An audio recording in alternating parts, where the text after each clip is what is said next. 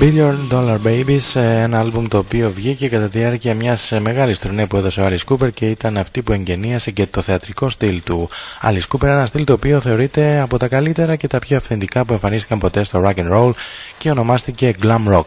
Αρκεί να πούμε ότι δύο από τα νεότερα συγκροτήματα του heavy metal ενστερνίστηκαν αυτό το είδος, μπορούμε να πούμε, της εμφανίσεως της σκηνικής παρουσίας και δεν ήταν άλλα από τους Kiss και τους Motley Crue. After this album, what are your future plans? Μετά από αυτό το άλμπουμ, το Trust δηλαδή, ποια είναι τα επόμενα σχέδιά σου, Alice? Τα μελλοντικά μου σχέδια είναι μια συναυλία στην Βουδαπέστη, μετά στην Ιαπωνία. Υπολογίζω να βγάλω το καινούργιο μου LP τον Ιανουάριο σε συνεργασία με τον Desmond Child, τον Richie Sambora και τον Dick Wagner.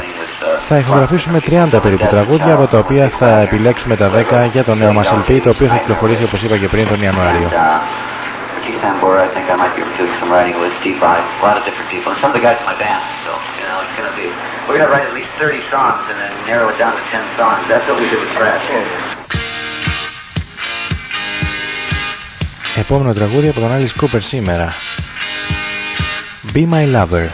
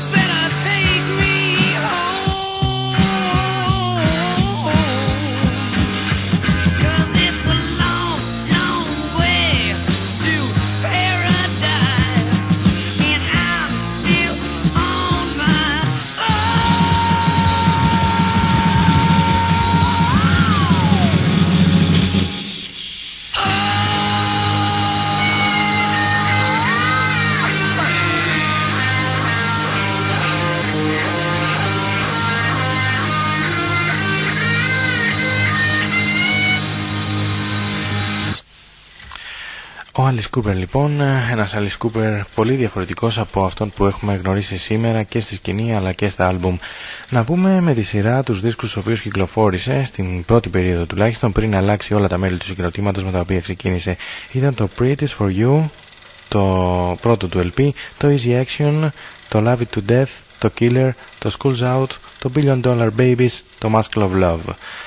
Το 1974 είναι άλλη μια καθοριστική χρονιά για τον Alice Cooper. Ήδη έχει καθιερωθεί το είδος glam rock, δηλαδή του θεατρικού rock το οποίο παίζει, και τότε είναι που αντικαθιστά όλα τα μέλη του συγκροτήματός του.